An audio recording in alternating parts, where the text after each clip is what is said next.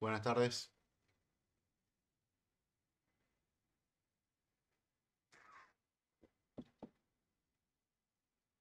Hola, ¿qué tal? Buenas tardes. Tenía el micrófono apagado.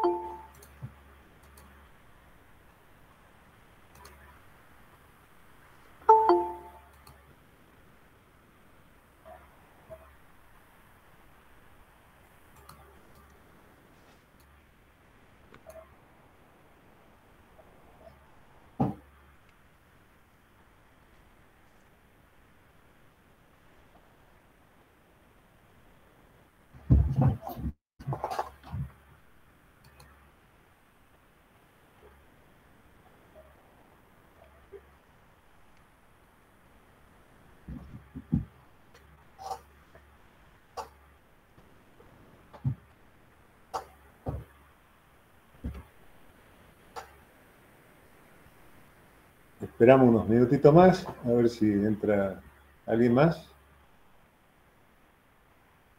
Y ya largamos.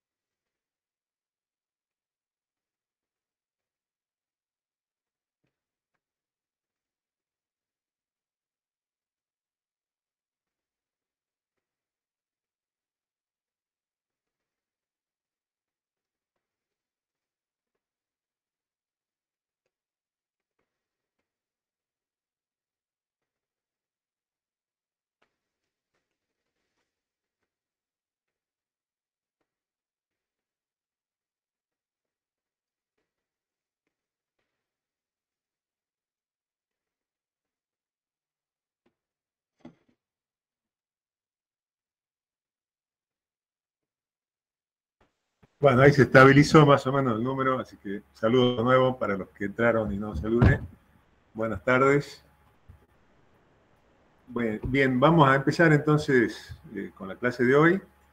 La clase de hoy está, digamos, orientada a una serie de definiciones que hay que entender para conocer lo que es higiene y seguridad y algún desarrollo histórico de esta, de esta materia, del origen de esta materia.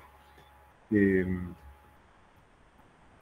este, bueno, vamos a empezar entonces por un concepto que es muy importante, que es el concepto de riesgo. O sea, siempre se habla de que la gestión de la higiene y la seguridad es como como la, es como la, digamos,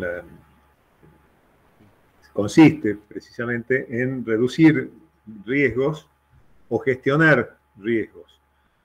Pero ¿qué es un riesgo?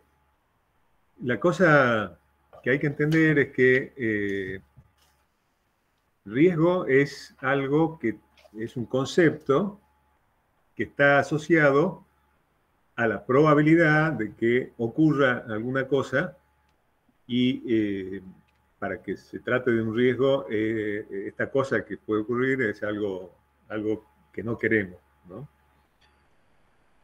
¿Y qué diferencia hay con peligro? Pues son dos conceptos que están sumamente vinculados.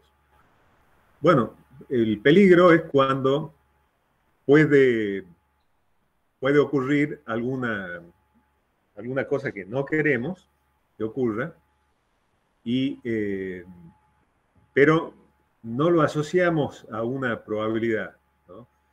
Por ejemplo, cuando ustedes eran chiquitos, sus padres a lo mejor les decían, no cruces la calle corriendo, o no cruces solo la calle, porque es peligroso. Existe el peligro de que vengan autos, te atropellen, etcétera, etcétera. Todas esas cosas que ya saben, pero nadie les decía a ustedes, mira, no crucé la calle porque la probabilidad de que en este lugar te atropelle un auto es de 45%, una probabilidad muy alta, eso no se lo decía seguramente nadie. Entonces, es como que uno empieza, digamos, a pensar en términos de un mismo peligro, o sea, peligro de que, por ejemplo, una persona cruzando una calle sea atropellada, tiene diferente probabilidad de ocurrencia y tiene, por lo tanto, un diferente nivel de riesgo si esa calle es, por ejemplo, la avenida Belgrano a mediodía o cerca del mediodía, y es diferente si uno está cruzando la calle principal de Olacapato en la Puna Salteña. Obviamente, la probabilidad de que haya un accidente o que uno sufra un accidente es muy, pero muy diferente. Es mucho más baja en aquel lugar alejado, remoto, muy poco transitado, que en el centro de una ciudad populosa y con, bueno, con tráfico denso, sobre todo en horas pico, en horas centrales, digamos, de trabajo. Lo importante es saber que el peligro es el mismo. El peligro es el peligro de ser atropellado por un vehículo. ¿Y por qué existe ese peligro? Porque por ahí pueden circular vehículos, simplemente por eso. Es una vía destinada al tránsito de vehículos. Pero el nivel de riesgo es claramente muy diferente. O sea, ustedes mismos cruzarían sin quizás ni siquiera mirar a los costados la calle principal de Olacapato en La Puna, porque saben que la probabilidad de que venga un vehículo y que encima ustedes no lo noten y demás es muy baja, y que venga rápido y otras cosas que pueden pasar en la ciudad es también algo muy, pero muy bajo. Entonces, la conjunción de lo que puede pasar y de su probabilidad es lo que nos lleva a el concepto de riesgo. Si uno quiere ser más cuantitativo en la expresión de lo que es un nivel de riesgo, debería buscar una manera de cuantificar el daño que puede ocasionar esa cosa que va a ocurrir, ese evento que va a ocurrir y del cual tememos, por lo cual decimos es peligroso o esto es un peligro, y asociarlo al valor de la probabilidad lo más cuantitativamente que sea posible. Ya les adelanto que cuando uno hace evaluación de riesgo, y más adelante vamos a ver algunos métodos específicos de esto, vamos a ver que no es tan sencillo establecer un nivel de probabilidad muy, muy exacto. O sea, tendríamos que utilizar, bueno, teorema de Bayes, etcétera, para poder establecer la probabilidad de ocurrencia de un accidente y lo más probable es que no tengamos suficiente información ni de frecuencias. A veces hay, ¿no? Pero en lo cotidiano no lo hay. Entonces es como que uno cae, digamos, en una evaluación subjetiva, que uno trata de objetivizar todo lo que pueda. Entonces, vamos a ver más adelante que hay un método de un señor William Fine, que el hombre dice, bueno, si yo le pongo un valor al evento o a las consecuencias del evento no deseado, según sus consecuencias, ¿no?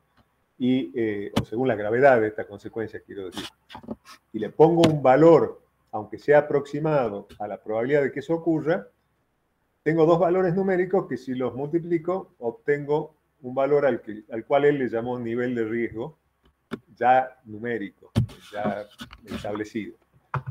Entonces, vamos a ver que una de las cosas que ustedes van a tener que hacer cuando estén trabajando en una fábrica, en una planta, en una obra de montaje de algún proceso, en alguna obra de construcción o cualquier actividad de ingeniería que tenga, digamos, movimiento de personas, de máquinas o máquinas instaladas trabajando, electricidad, energía mecánica, energía química, todo eso. Una de las cosas que uno tiene que habituarse a hacer es a evaluar el nivel de riesgo, aunque sea de una manera aproximada. Así que esa es una cuestión que tenemos que tratar de incorporar, digamos, a nuestra forma de mirar cuando uno esté caminando por una planta o esté caminando por una obra. Acá están entrando algunos compañeros, por eso por ahí me freno. Bueno, entonces la mirada del ingeniero se tiene que aguzar como para entender el nivel de riesgo comparativamente entre dos cosas. Claramente el ejemplo que di al principio les da una idea de cómo uno, sin hacer ningún cálculo, puede darse cuenta comparativamente cuál riesgo es más alto que cuál, digamos, ¿no? Cuando daba el ejemplo de cruzar la calle, el peligro es de morir atropellado, ya estamos hablando de una consecuencia concreta, morir atropellado. Hay otras consecuencias como quedar gravemente lesionado, de ahí para abajo hasta solo un susto. Hay muchas consecuencias, pero generalmente cuando uno evalúa el nivel de riesgo, evalúa la consecuencia más grave que tiene el evento que uno está considerando.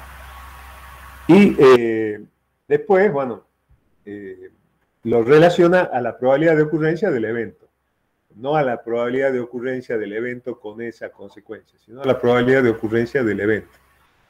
Y esto es lo que permite ese cálculo, si uno lo quisiera objetivizar. Pero al menos es posible siempre hacer un listado de peligros y hacer un análisis intuitivo. Y algunas veces me tocó hacerlo con personal de planta, que sin formación en matemática y mucho menos en probabilidad y estadística, de hacerlos identificar los peligros que había en el espacio en el que ellos estaban desenvolviendo su trabajo o desarrollando su trabajo, y empezar a pedirles a ellos que valoren comparativamente cuál de esos peligros representaba un riesgo mayor, y ir intercalando e ir jerarquizando aquellas cosas que resultan más riesgosas respecto de otras, ¿no? Y esto es importante porque después en la gestión uno va a actuar en función del nivel de riesgo. O sea, hay que comenzar poniendo la atención y los recursos en controlar aquellas actividades que tienen riesgos más grandes, primero. Y después, bueno, uno va ya controlamos lo peor de todo, vamos a ver cuál es el siguiente riesgo importante, controlemos ese y así cada vez uno va atacando cuestiones que tienen niveles de riesgo cada vez menores y de esa forma se va generando un espacio de trabajo seguro que es uno de los, digamos, de los objetivos que tiene la gestión de la seguridad en cualquier trabajo, ¿no? Pero en el trabajo en general, vamos a decir. Bueno, ahora cuando yo digo, bueno, el peligro es porque existe la posibilidad de que pase algo y algo que no queremos, nosotros decimos qué es lo que no queremos que pase. Entonces ahí viene un poco este tema de que lo que no queremos que le pase al trabajador es que se accidente como consecuencia del trabajo.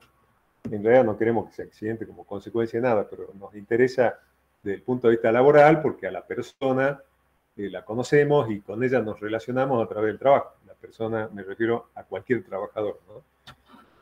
O compañero de trabajo incluso. No queremos que se accidente, pero tampoco queremos que se enferme como consecuencia del trabajo, por la misma razón. O sea, estamos hablando de personal a cargo, estamos hablando de compañeros de trabajo, estamos hablando de gente que trabaja en una organización de la cual nosotros somos parte. Entonces, el peligro va a estar definido en términos de sufrir un accidente o de contraer una enfermedad laboral.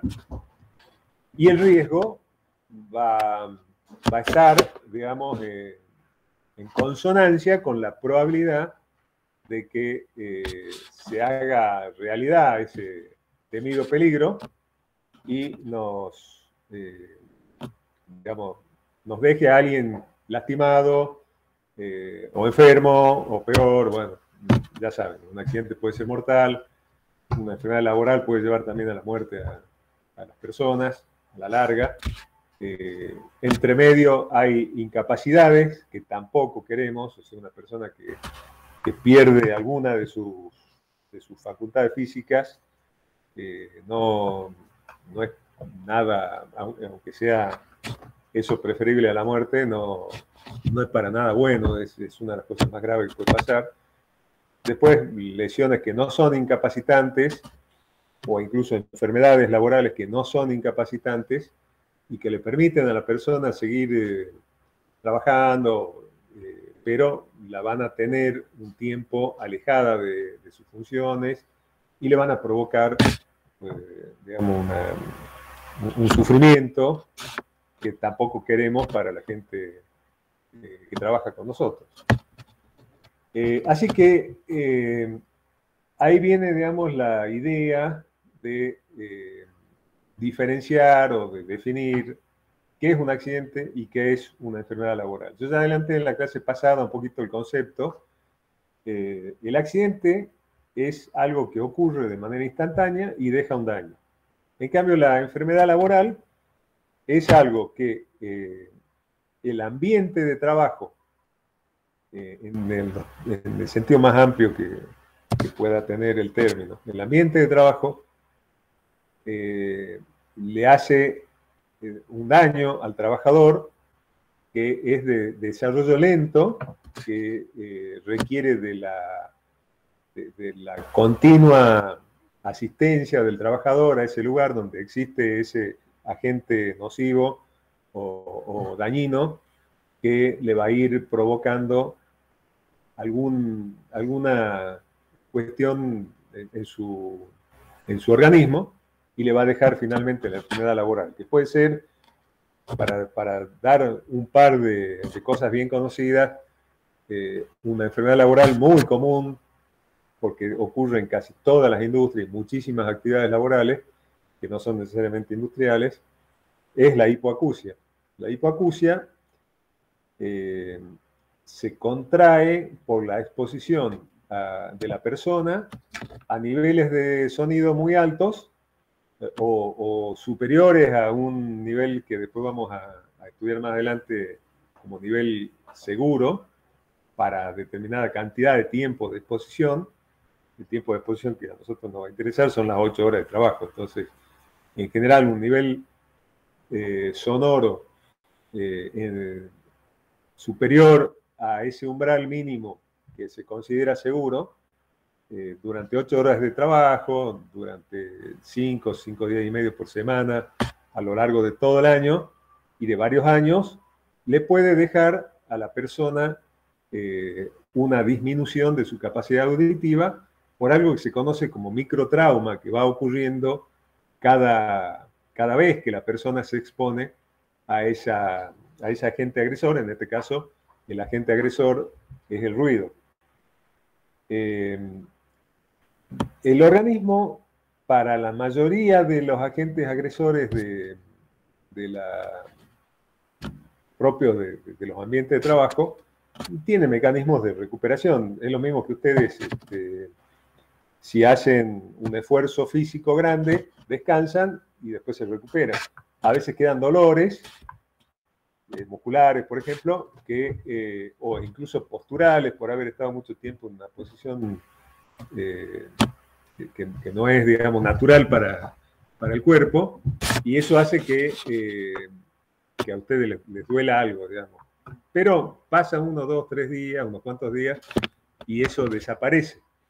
Pero cuando el microtrauma o la agresión ocurre día tras día, durante muchas horas, entonces el organismo llega a un momento en que se ve vencido y pierde esa capacidad de absorber ese daño y de recuperarse. Y es ahí donde aparece la enfermedad laboral. Entonces, primera cosa, diferenciar, por un lado, el accidente, algo que ocurre de manera instantánea y deja daño, de la enfermedad laboral, algo que ocurre con un desarrollo temporal mucho más largo y que también deja un daño en la salud de las personas. Y de ahí viene la separación temática, digamos, de lo que se conoce como seguridad laboral e higiene laboral. La seguridad laboral es básicamente la prevención de accidentes. ¿Qué tenemos que hacer para evitar que las personas que trabajan en determinado lugar sufran accidentes por estar trabajando ahí o por estar trabajando en esa actividad? La seguridad laboral va a buscar, en primer lugar, un buen diseño de ingeniería que reduzca las exposiciones. Digamos, esto implica, por ejemplo, supongamos que la persona trabaja con una caldera. Si la caldera no está bien diseñada y supera una determinada presión que puede el recipiente soportar, o los materiales con los que está construida la caldera soportar, la caldera puede explotar y puede matar al operario que esté cerca o lesionar seriamente a los que estaban un poco más alejados, pero estaban en el ambiente ese. Entonces,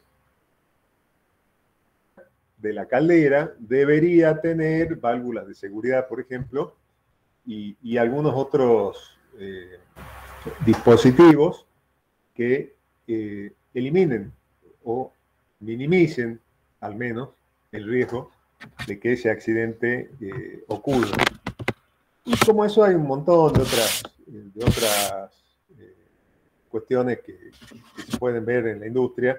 Por ejemplo, si ustedes tienen una correa de transmisión, o más que una correa de transmisión, quiero decir una cinta transportadora, donde algún material se traslada de un punto a otro. Por ejemplo, en la industria del tabaco, muy común que se recibe el tabaco y se lo carga sobre una cinta transportadora que lo lleva a otro punto donde a lo mejor se le hace una primera preselección y bueno, hay muchos transportes de sólidos, en este caso el tabaco, en esa industria.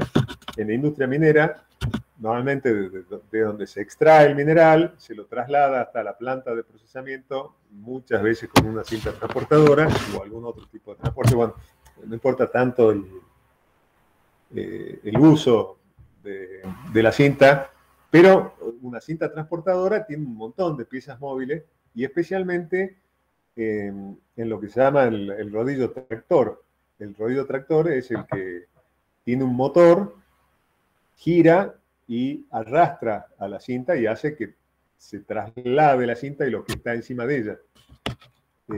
Si uno no tiene una protección sobre la transmisión de ese rodillo tractor, desde la transmisión de potencia, me refiero entre el motor que genera la energía mecánica necesaria para que todo se mueva, y el eje del rodillo tractor, que tiene que ser accionado por ese motor, puede tener, por ejemplo, una cadena con 2 piñones para hacer un sistema sencillo. Bueno, alguien que meta la mano ahí puede perder los dedos o la mano. Entonces, ese dispositivo tiene que tener algún blindaje, algún cerramiento para que las personas no metan la mano en ese lugar. Otro ejemplo de un diseño de ingeniería orientado a prevenir accidentes es lo que se hace con las instalaciones eléctricas. Las instalaciones eléctricas tienen muchos sistemas de protección.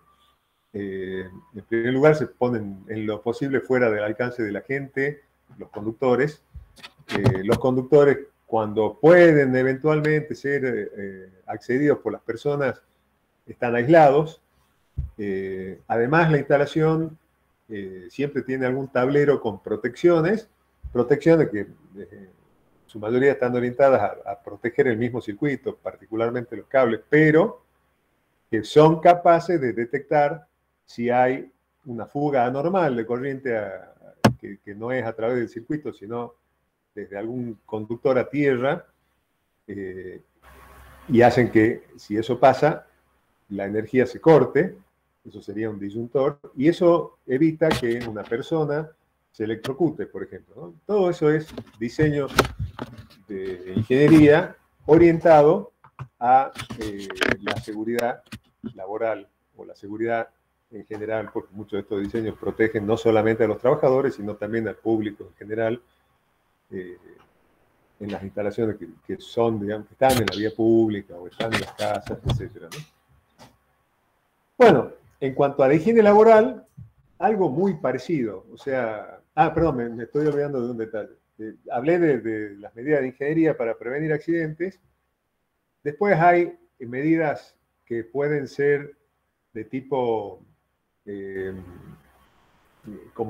tipo administrativo, como la capacitación del personal, que se le enseña a la gente a proceder de determinada manera para evitar accidentes.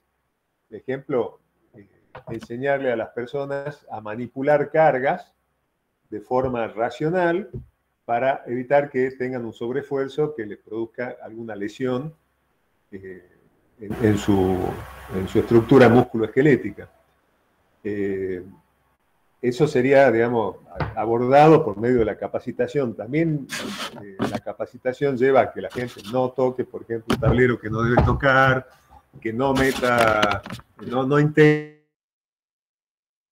hacer un bloqueo previo, una serie de medidas que son de tipo administrativo. La señalización también, acá peligro, no tocar, no pasar, riesgo eléctrico, máquinas en movimiento,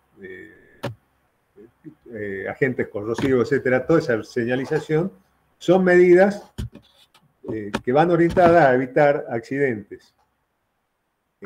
Y por otro lado, por último, está la protección del trabajador. Para eso se le hace, se le provee a los trabajadores de ropa de trabajo, que es la protección más elemental y más básica que puede tener el trabajador, su ropa resistente para que soporte algunas agresiones propias del trabajo, para que no sufra un daño en su piel, por ejemplo, el trabajador.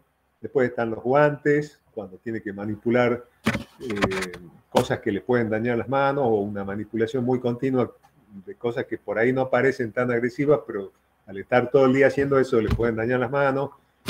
Protección de los pies a través de botines y zapatos de seguridad, que muchas veces vienen con puntera de acero, generalmente son con puntera de acero para evitar un golpe en el pie o un aplastamiento, porque bueno, se deja caer algo, no sé, un pallet con productos o una máquina, etcétera, que le pueda dañar el pie. Para eso son los zapatos de seguridad, un casco, que no en todas las fábricas se usa, pero en muchas fábricas, cuando hay riesgo de que algo caiga de arriba, se utiliza el casco. Los protectores, bueno, en este caso ya no sería para el riesgo de accidente, iba a decir los protectores auditivos, van por otro lado. Antiparras, por ejemplo, por algo que se pueda proyectar, pueda saltar, etc. Hay un montón de elementos de protección personal destinados a evitar que, digamos, evitar no necesariamente el accidente, sino las consecuencias del accidente. Si algo sale volando y se le va a meter al ojo a la persona, bueno, lo frena. No es que esté bien que algo salga volando y se dirija al ojo de la persona, por más de que la antiparra evite el daño, ¿me entienden? No es normal que algo caiga de una zona elevada de la planta, de arriba de un equipo, de arriba de una pasarela o de un techo, y le caiga en la cabeza al trabajador, por más que el casco le evite el daño, ¿no? El accidente ocurrió, algo cayó. Bueno, por otro lado, ahora sí vamos a la higiene laboral. Dije lo mismo, pero acá hay que tener el cuidado de que, como esto es algo de desarrollo lento, normalmente uno no se da cuenta de entrada que lo que está pasando en ese ambiente laboral es peligroso, porque a lo mejor uno entra y siente algún dolorcito más o menos molesto, pero no se da cuenta que es algo que a lo mejor es dañino para los pulmones. O siente un nivel de ruido al cual uno rápidamente se acostumbra y ya es como medio que lo ignora, pero resulta que es muy alto y sí está haciendo daño al sistema auditivo. O una iluminación que hace que la persona fuerce la vista al punto que a la larga pueda tener alguna consecuencia. Y un montón de otras cosas más, posiciones de trabajo forzadas que hacen que la persona no solamente tenga un intenso dolor un día, sino que a la larga sufra una consecuencia que le deje, digamos, una incapacidad o una necesidad de una cirugía o algo por el estilo. Ya hablamos del ruido, muy común en muchas industrias o agroindustrias, como ser el procesamiento y clasificación de granos, procesamiento y clasificación de tabaco, es el polvo ambiente. El polvo ambiente se deposita en los pulmones y produce una enfermedad que se conoce como neumoconiosis, que consiste en la anulación de cierto volumen de los pulmones, cierto volumen útil, lo inutiliza, y la persona después tiene una insuficiencia respiratoria. Hay cosas que no va a poder hacer, hay lugares a donde no va a poder ir, por ejemplo, lugares elevados, me refiero a altura geográfica, ¿no? Así que también se ataca desde el punto de vista de la ingeniería, buscando que la máquina haga menos ruido por medio de algún diseño o aislación o una cabina que contenga el ruido, que mantenga, digamos, los niveles de ruido fuera de esa cabina a niveles que no sean agresivos. Lo mismo se hace con el polvo ambiente, generalmente se combate por medio de aspiración localizada para que en el punto donde se genera, digamos, ese polvo, que es donde se está manipulando el grano, el tabaco, lo que sea, o lo que sea que se esté manipulando y que produce polvo, ese polvo sea succionado por algún sistema que lo lleva a un sistema de separación del aire con respecto al sólido que está arrastrando, que es el polvo, normalmente sistemas ciclónicos seguidos de filtros de mangas que permiten que el aire salga limpio al exterior, y decante y separen todos los sólidos que arrastraba, evitando que queden en el ambiente de trabajo y lo respire el trabajador. De la misma manera ocurre con los productos químicos agresivos, que, de nuevo, en el punto donde se generan los vapores, por ejemplo, que pueden ser contaminantes, también hay succión, un mecanismo, digamos, un sistema de aspiración que lo va a separar, lo va a llevar a algún equipo que, por ejemplo, lo absorba, o a veces simplemente se diluye en un gran volumen de aire, porque no es particularmente peligroso cuando está diluido, digamos, ese gas o vapor.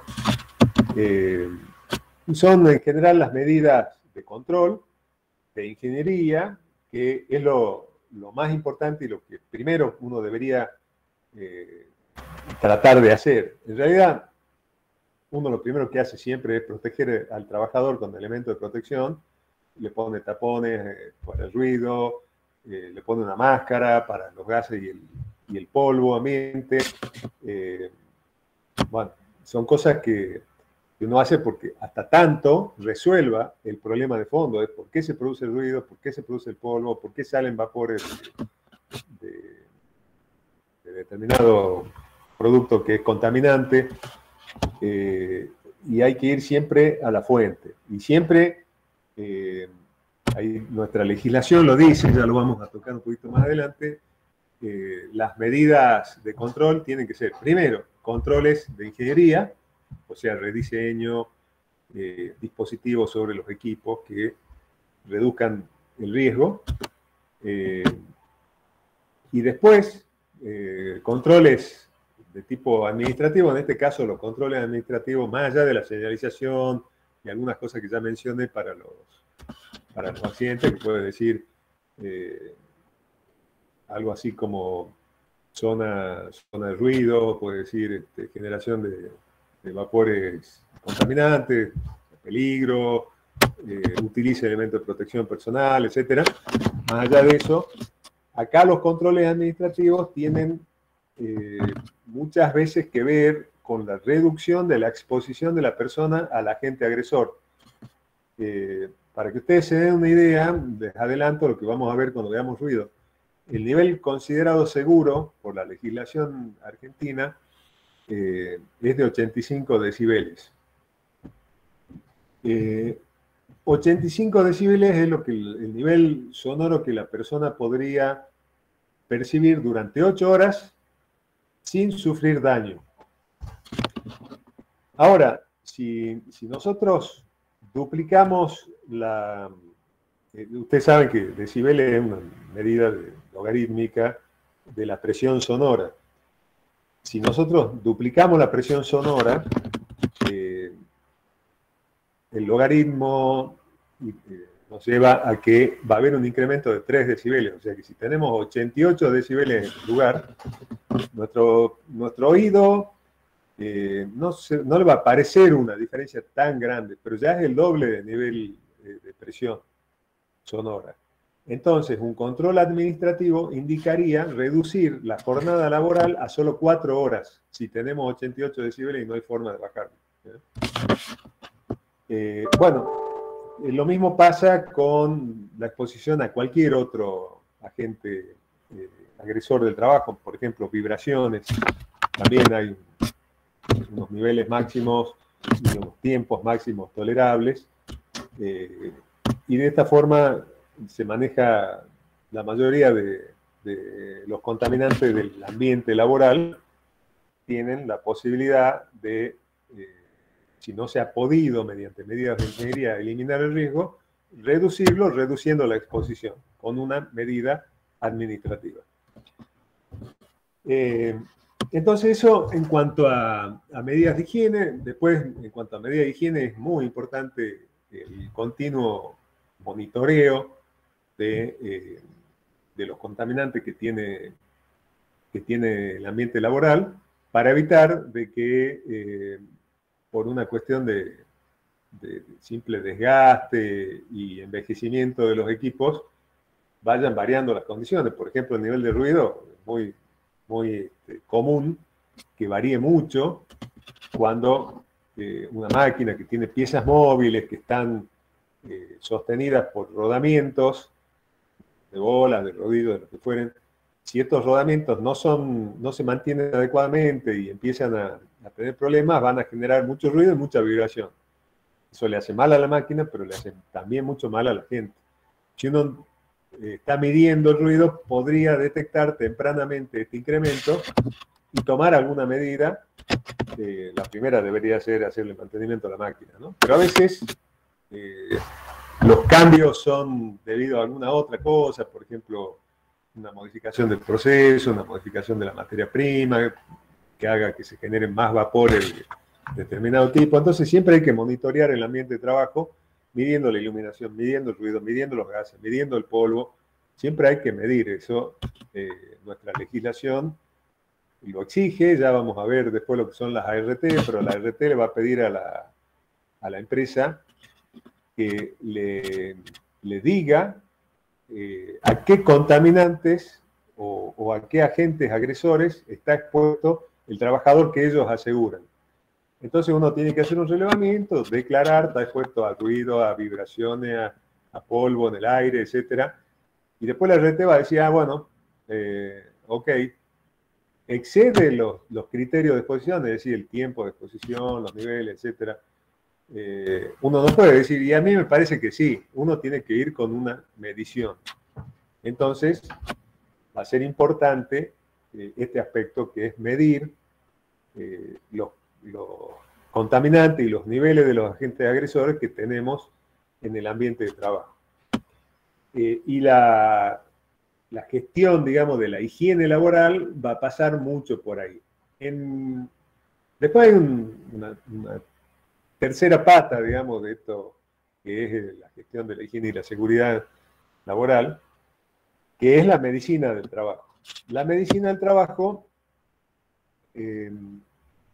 es la mirada de un médico especialista en enfermedades laborales sobre la salud de la gente. O sea, hay controles que se hacen cuando el trabajador ingresa a la empresa, hay controles que se hacen periódicamente, por lo menos una vez al año, dependiendo de algún detalle respecto al tipo de contaminantes. Si son cancerígenos, tiene que ser más seguido. Esto vamos a ver que lo va a hacer la RT, después vamos a hablar de esto. Y el médico laboral es el que tiene que ir monitoreando a la gente para ver de que, más allá de que estemos cumpliendo con los niveles preestablecidos como seguros, no vaya a estar la gente enfermándose igual, o algunas personas, algunos trabajadores, sufriendo un daño en su salud porque son más sensibles que el promedio, ¿no? Entonces, esa tercera pata, que la medicina laboral, es importante. No todas las empresas pueden tener un médico laboral en su organización, pero esto es posible tercerizarlo, y siempre es muy recomendable que la empresa tenga al menos un asesor médico laboral a quien consultarle sobre la salud de los trabajadores. Bueno, entonces, acá, digamos, el rol de ustedes como ingenieros de planta, ingenieros puede ser que estén conduciendo una obra, es importante desde el punto de vista de conocer cuáles son los agentes agresores del trabajo, o cuáles son los peligros que generan, peligros de accidente que genera la maquinaria con la que se está trabajando, el tipo de actividad que se está desarrollando. Puede ser, por ejemplo, un trabajo en altura. Obviamente ahí no hay una maquinaria involucrada, pero la gente puede tener un accidente muy grave. Entonces, es necesario que ustedes aprendan a ver esos riesgos, ¿no? Acá hay que tener en cuenta una cosa muy, muy curiosa, pero muy humana, que es cómo la gente va perdiendo la sensibilidad a las cosas que son peligrosas, ¿no? Va perdiendo el miedo. Y también es como que se va perdiendo la sensibilidad para ver ciertas partes de la instalación que son peligrosas y que uno al verla cotidianamente le ha perdido un poco no le llama la atención, entonces uno no va a poder tomar ninguna medida de control sobre eso porque ya es algo que no le preocupa, que uno ya ni siquiera lo ve, ¿no? Siempre me acuerdo en una empresa industrial, una empresa tabacalera, donde yo daba servicio como especialista en higiene y seguridad. Una vez le hago un relevamiento y invito a los directivos, entre ellos los ingenieros de planta, de muchos años, ¿no? De muchos años de trabajo, y les paso algunas fotos de cosas que yo había visto que consideraba que estaban mal, que eran peligrosas, o que generaban algún tipo de riesgo. Y bueno, eso, uno apaga la luz, pone el proyector, muestra la foto, explica, y cuando prendemos la luz, había unas caras de sorpresa, y empiezo a preguntar por qué, y algunos de ellos me decían, es que yo paso todos los días por ahí y nunca vi esa máquina que está en la foto tan clarito que representa un tremendo riesgo. Bueno, esa es la cotidianidad que lleva a que uno se le haga paisaje, digamos, ¿no? Es como que uno vive en un lugar muy lindo como es Salta y no lo nota, porque todos los días ve lo mismo, ¿no? ¿Por qué pasa esto? Yo creo que tiene que ver un poco con la evolución antropológica de los humanos, ¿no? Los humanos primitivos vivían de la caza, eran cazadores. Más adelante, con la evolución, se hicieron recolectores, después se hicieron sedentarios con la agricultura, pero en su origen el hombre era un depredador y tenía que cazar. Pero los animales que convivían en las zonas donde vivían los humanos, imagínense que los primeros humanos se dice que son originarios de la sabana africana, donde convivían con los leones, por ejemplo, ¿no? Y los jabalíes y bichos muy peligrosos, tenían que cazar. Y para cazar había que acercarse porque no existía el fusil. Entonces había que acercarse con un palito puntudo y matar el jabalí con eso, por ejemplo, ¿no? Y el jabalí no es un animalito que espere manso a que el hombre vaya y lo mate. Se defiende y es sumamente peligroso y, bueno, puede matar a una persona tranquilamente. Entonces, los humanos primitivos organizaban partidas de caza donde iban varios para poderlo rodear al animal, poderlo ir asustando por acá y llevarlo a un punto en el que quede inmovilizado en algún lugar que no se pueda desplazar y ahí atacarlo entre varios y matarlo.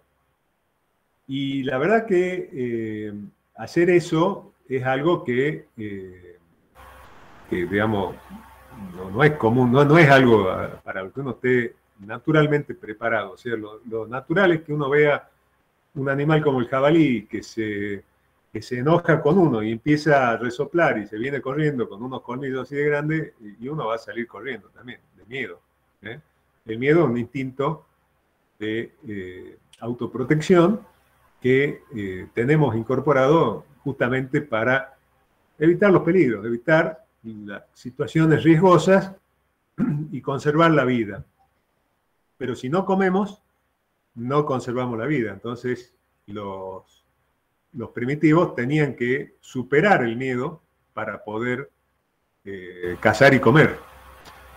Y era común que en esas partidas de caza llevaran a los chicos, a sus hijos, digamos, más grandecitos, que ya pronto se iban a sumar, digamos, a estas partidas como protagonistas, pero los llevaban para que vayan aprendiendo el oficio. Y el oficio consistía básicamente, más allá de las habilidades de cómo rodearlo al animal, cómo llevarlo a un lugar donde resulte medianamente inmovilizado y cómo acertar el puntazo donde correspondía para matarlo, más allá de eso, el oficio consistía en hacer todo eso sin entrar en pánico y sin salir corriendo.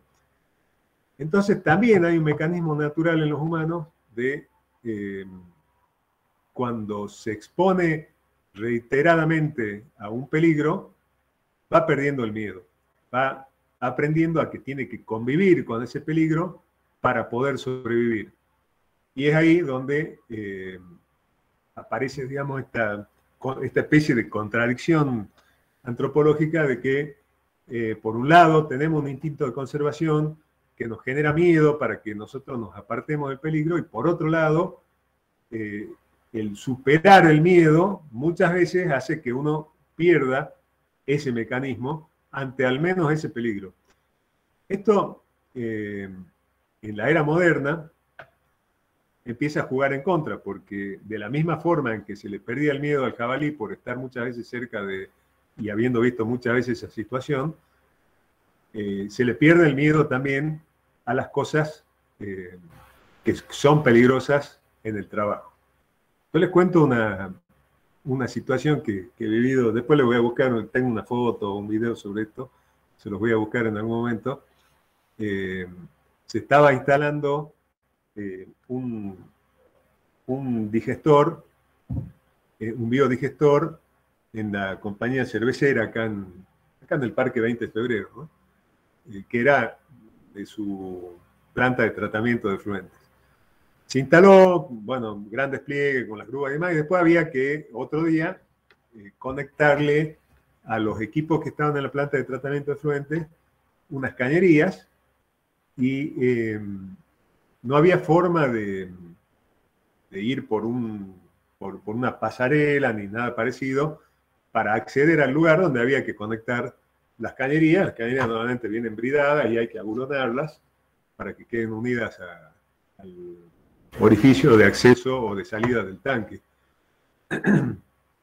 Entonces se contrató a un equipo de profesionales de los trabajos en altura, gente muy capacitada, que eran básicamente instructores de escalada, y que después, como eso no tenían trabajo todo el año, se dieron cuenta de que podían trabajar en la industria haciendo este tipo de trabajos, que es muy difícil de hacer porque hay que ser un poco acróbata. Y bueno, ellos estaban con un casco especial, con arneses, con una serie de dispositivos de seguridad y de doble seguridad haciendo ese trabajo. Y calle de por medio, al frente, se estaba construyendo un edificio que tenía por lo menos 10, 15 metros más que el tanque más alto sobre lo que estaba trabajando esta gente. Y ahí estaban haciendo una obra de construcción, y había unos albañiles, típico albañil digamos, de ciudad, ¿no? De ciudad del norte, que estaban, ni siquiera un casco tenían, con alpargatas caminando por un bordecito, por una cornisa de 20 centímetros de ancho, 10 metros más arriba de los 20 y pico que tiene el equipo más alto donde estaba trabajando la gente que yo estaba controlando. Así que es muy normal perderle el miedo a la altura, perderle el miedo a la máquina en movimiento, perderle el miedo al auto elevador y andar a velocidades y hacer cosas que no se deben hacer, perderle el miedo a la electricidad. Hay mucha gente que prueba si patea o no patea tocando con la mano, cosas así, ¿no? Así que es muy importante no caer en esa. O sea, como ingenieros de planta uno puede llegar a caer en eso. La típica que dice, no, hacelo nomás y no pasa nada. Porque hasta ahora nunca he visto que pase algo, pero créanme que sí pasan cosas, ¿no? Aunque muchos digan, no, no pasa nada, dale nomás, o esta vez metele así nomás. No, hay que tomarse todas las precauciones porque las cosas pasan, y cuando pasan es terrible ver cuando un trabajador que está a cargo de uno, una persona con la que uno convive día tras día, todos los años, resulta lesionada o gravemente herida o peor en un accidente. Entonces, acá, digamos, es importante eso. Bueno, la gestión de, digamos, la higiene y seguridad va por dos caminos, ¿no? ¿Por qué se hace gestión de higiene y seguridad? Esto va, va por dos vías, digamos, ¿no? Por un lado está lo que es la conciencia, la sensibilidad humana de, como les decía recién, uno no quiere que un colaborador de uno ni se lastime, ni se enferme, ni le pase nada grave. Esa es la parte A, digamos. La parte B es la legislación que te obliga. En la Argentina tenemos una legislación que, digamos, proviene del año 72, que, digamos, ustedes se acuerdan que lo deben haber estudiado en Derecho para Ingenieros. En nuestra legislación, normalmente una ley establece un marco general para una serie de obligaciones o derechos, y esta ley tiene normalmente que ser reglamentada por el Poder Ejecutivo, o sea, la ley la hace el Poder Legislativo y tiene que ser reglamentada por el Poder Ejecutivo, que es el que está obligado a aplicarla, estableciendo cómo la va a aplicar, de qué manera, y ahí se escriben todos los detalles. Bueno, recién en el año 79 se reglamenta esta ley de higiene y seguridad y comienza, digamos, a regir en la Argentina una ley que obligue a las empresas a cuidar de determinada manera a los trabajadores, y recién existe un decreto reglamentario que establezca, por ejemplo, niveles de ruido, niveles de contaminantes, digamos, cómo hacer las instalaciones eléctricas para que sean seguras, cómo proteger de incendios a las empresas y a los lugares de trabajo, etcétera, etcétera, etcétera. O sea, nuestra legislación es vieja, pero este delay que hay entre la ley y la reglamentación también muestra que no había mucha preocupación. Es como que la ley cuando se hizo era porque había una bajada de la OIT para todos los países en desarrollo de empezar a legislar sobre la seguridad laboral, porque, bueno, había muchos lugares donde la gente trabajaba y se enfermaba, trabajaba y se accidentaba, la gente moría en el trabajo, y como que no había un control. Entonces se empieza a trabajar más seriamente en esto. Bueno, no quiero profundizar en la legislación todavía sin mencionar un poquito cuál es el origen histórico de la higiene y seguridad, que me parece que es algo, se los voy a contar muy rápidamente, pero es algo interesante de saber, ¿no? Porque está muy relacionado con la profesión nuestra de ingenieros industriales. Uno, como ingeniero industrial, una de las cosas que tiene que hacer es, digamos, mantener a los activos de trabajo en condiciones de seguir produciendo. Entonces, para eso se hace mantenimiento, para eso se hace el reemplazo de los equipos de manera racional, evaluando cómo va creciendo el costo de mantenimiento versus el que podría ser la amortización de una inversión de reemplazo. Bueno, de la misma forma nace la protección del trabajador. La protección del trabajador nace quizá en el peor ambiente en donde a alguien se le ocurra que pueda haber habido alguna sensibilidad humana, era en las minas, particularmente en las minas de diamante, pero también de otros minerales preciosos en Sudáfrica, donde los trabajadores eran esclavos. Estamos hablando de siglo XVI, ¿no? Más o menos.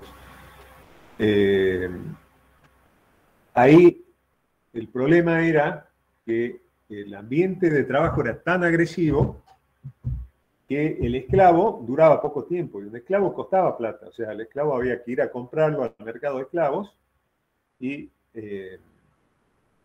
digamos, el hecho de que para sacarle el jugo a la inversión había que obligarlo a trabajar en la mina, tenía que tener cierta productividad y además tenía que tener una vida útil razonable, lleva a que se comience a pensar en cuidar la salud del esclavo, en ese caso, el trabajador, estaba por decir, pero eran trabajadores esclavos, era algo bastante complicado, y se empieza a cuidar la salud de esta gente para que dure una cantidad de años un poquito mayor, para que la amortización de la inversión que se había hecho en la compra del esclavo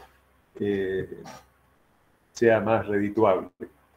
O sea, observen ustedes cómo, por eso les decía, la relación que tiene con nuestra profesión, porque nosotros buscamos eso mismo, pero pensando en los equipos y en los activos de trabajo, no en la gente. La gente ya la miramos con este lado A que decía al principio yo, que tiene que ver con la sensibilidad humana y la empatía con la persona que trabaja con uno.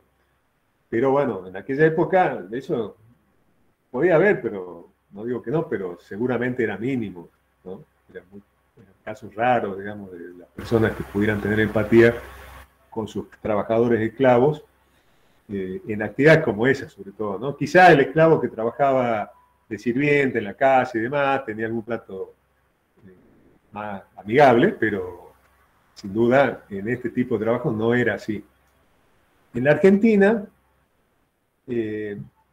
la preocupación por el tema de la salud de los trabajadores empieza en la presidencia de Julio Argentino Roca, que lo comisiona a Vialet Macé, que era un médico de Córdoba, que recorrió todo el país viendo cuáles eran las condiciones de salubridad laboral de distintas industrias complicadas que había en aquella época, como el ingenio azucarero, como Tiembres, como, bueno, una serie de, también algo de minería, de carbón al sur. Recorrió todo el país y haciendo un interesante relevamiento, que es como que ahí sienta las bases, al menos en nuestro país, de este tema, de lo que era la higiene laboral y, bueno, en primer lugar, de la medicina laboral y en segundo lugar, de la higiene laboral. Recordemos que higiene es prevención de enfermedades, ¿no? Uno se lava las manos antes de comer porque está previniendo que la contaminación que uno puede haber tenido en las manos me enferme. De la misma forma, la higiene laboral son las medidas que uno toma para evitar que la persona tenga una enfermedad laboral. Bueno, entonces Vialet Macé es el que inicia esto por mandato del presidente pico de años. O sea,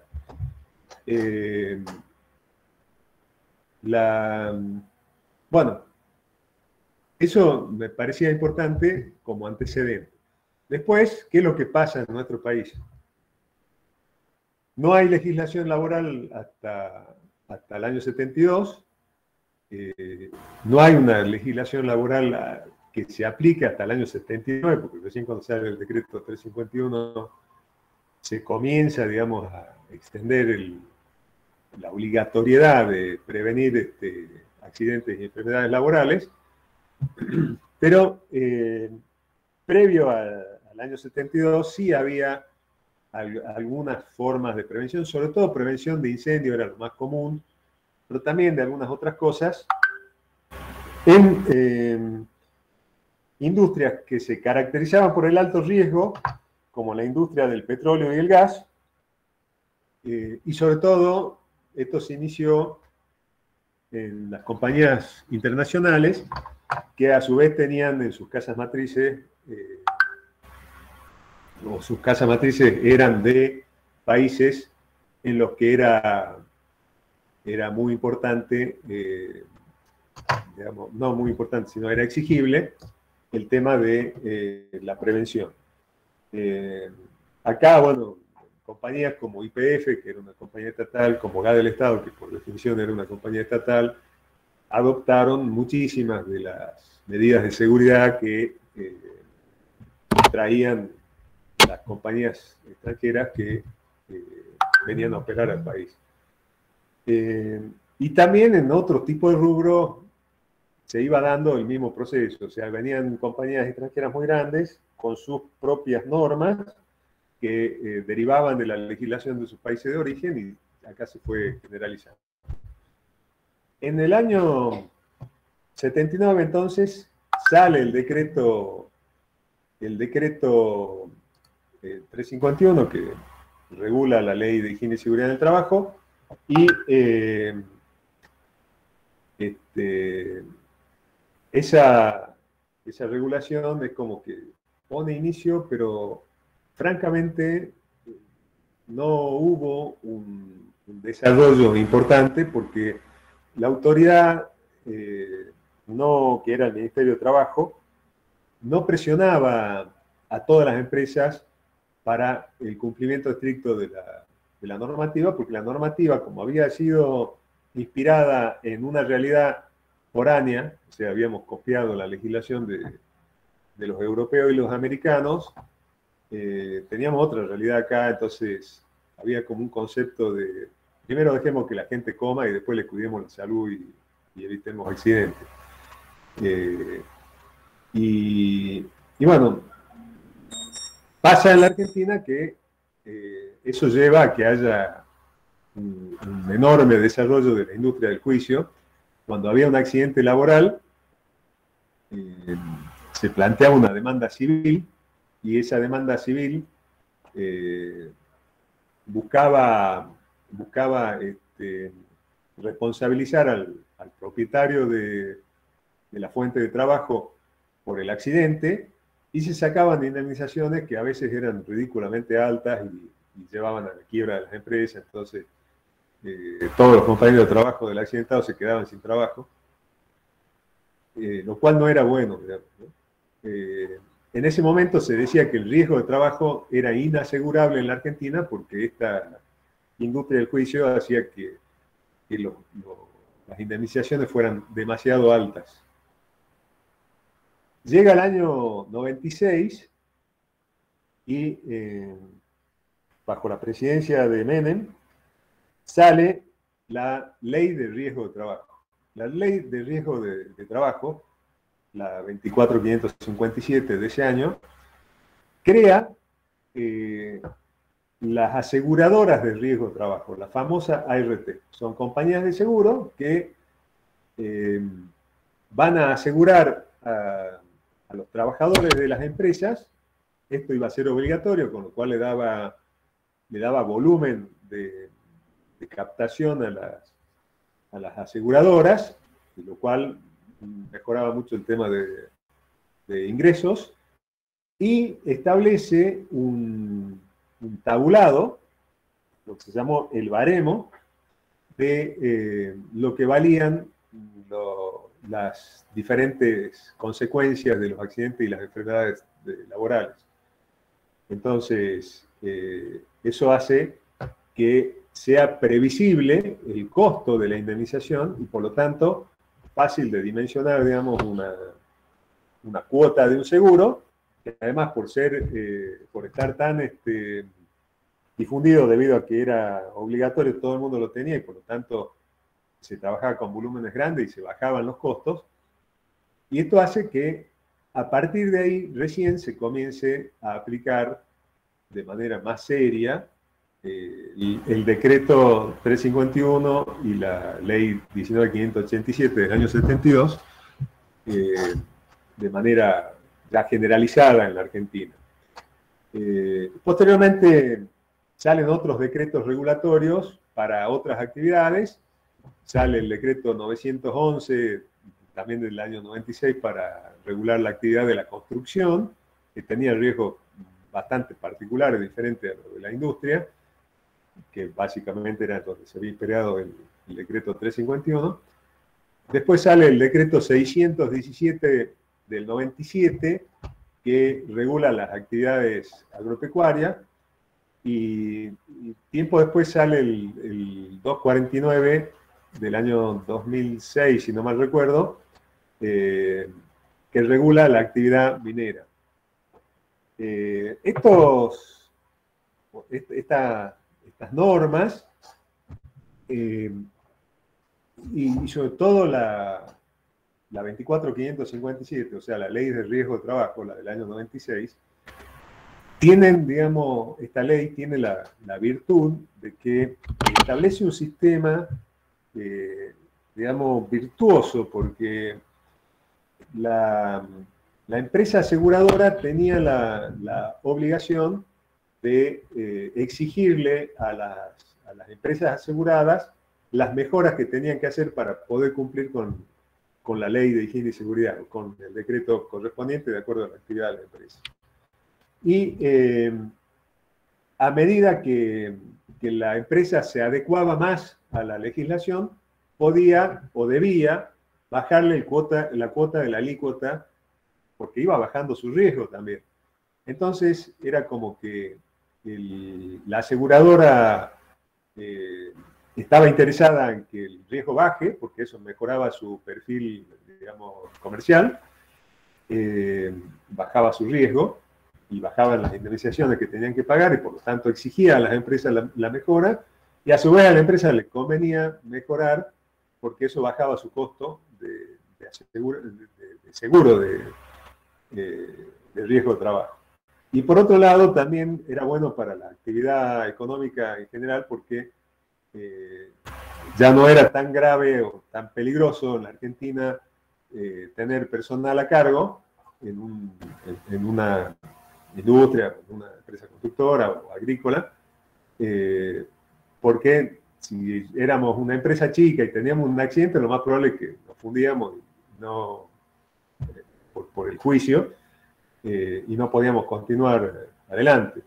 En cambio, al existir el seguro de riesgo de trabajo, ya desaparece ese temor, y entonces se supone que las empresas o los empresarios estaban más dispuestos a invertir y a generar nuevos puestos de trabajo, ¿no?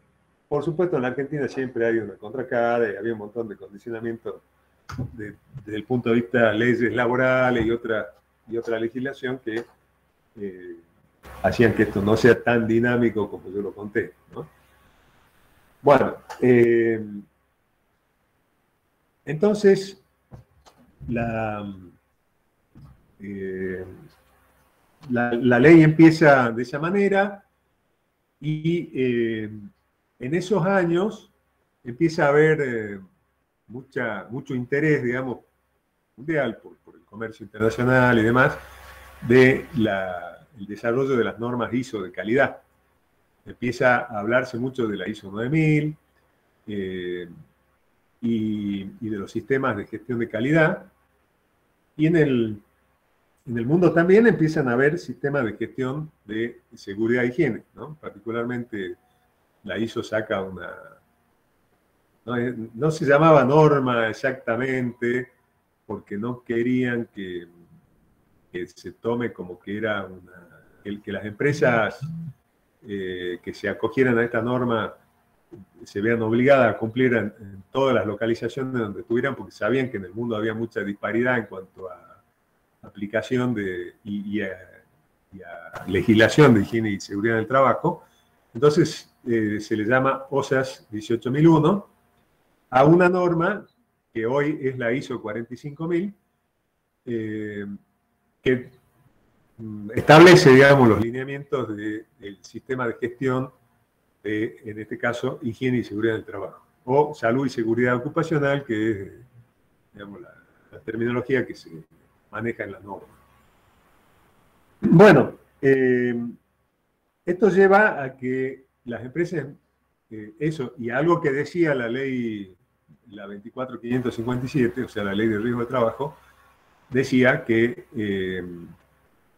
establecía niveles, ¿no? Cuando una empresa tomaba un seguro de riesgo de trabajo, entraba en nivel 1. Nivel 1 quería decir que la empresa iba recién a ponerse acorde a la legislación, iba a empezar a ponerse acorde a la legislación. Y eso le imponía una alícuota alta del seguro. Y la empresa debía llegar a un nivel 3, que era el nivel de, ahora sí cumple con todo lo que dice la legislación correspondiente a ese ramo de trabajo, industria, construcción, lo que fuere, con la alícuota menor. Y en el medio había un nivel 2, que era como una meta intermedia, que la RT le ponía con una zanahoria de disminución también de alícuota a las empresas, que era como que cumple a medias o que viene cumpliendo con las mejoras que se le han pedido para adecuarse a la legislación. Ese era el nivel 2 y el nivel 3. Y aparece en esos años el nivel 4, que eran aquellas empresas que además tenían un sistema de gestión de higiene y seguridad. Bueno, y hay una norma IRAM también me olvidé el nombre, pero creo que es la 3080 y pico, una cosa así. Después lo verifico, que era muy parecida a la OSA 18001, pero local. Era como la versión local de la norma. Entonces, el que tenía una OSA o tenía esa norma IRAM cumplimentada, le daba la RT del nivel 4 y le bajaba aún más la alícuota.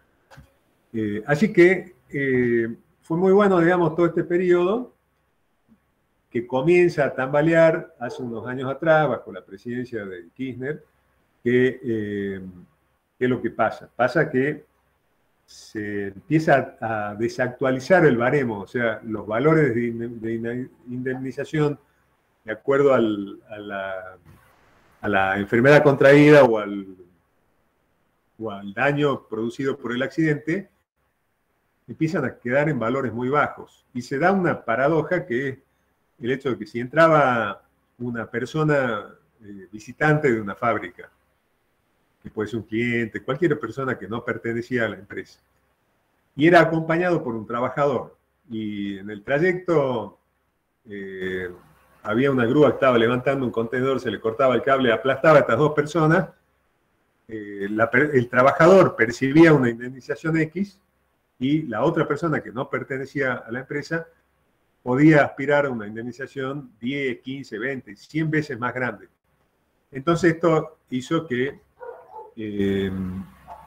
se empiece a mirar de nuevo lo que decía la legislación, se consideró que estaba al borde de la inconstitucionalidad, estuvo a punto de caer la legislación del riesgo de trabajo, pero finalmente, con una actualización de los montos de indemnización en baremo y también mediante una obligación de optar para el trabajador por qué vía quería reclamar su indemnización, si lo quería hacer por la vía civil o lo quería hacer por la RT, la persona tiene que optar de entrada. Entonces sabía que por la RT cobraba algo seguro pronto, y por la vía civil iba a un juicio y el abogado se iba a quedar con la mayor parte de lo que le saque a la empresa, con lo cual, bueno, se salvó la legislación laboral por esa cuestión, digamos, ¿no? Bueno, con esto voy a cerrar la clase de hoy. Quisiera preguntarles si tienen alguna duda, quieren que explique algo más profundamente. Como no estoy viendo las cámaras abiertas, preguntarles si están todavía ahí. ¿No? ¿Hay alguna pregunta? Bien, Nico, vos siempre estás atento, ¿eh? El resto... Sí, está bastante claro por ahora. Bien, bien, bien. Bueno, entonces cortamos acá. Nos vemos la próxima semana. Perfecto, muchas gracias. Hasta luego. Gracias, hasta luego. Hasta luego. Hasta luego, ingeniero. Hasta luego. Chao.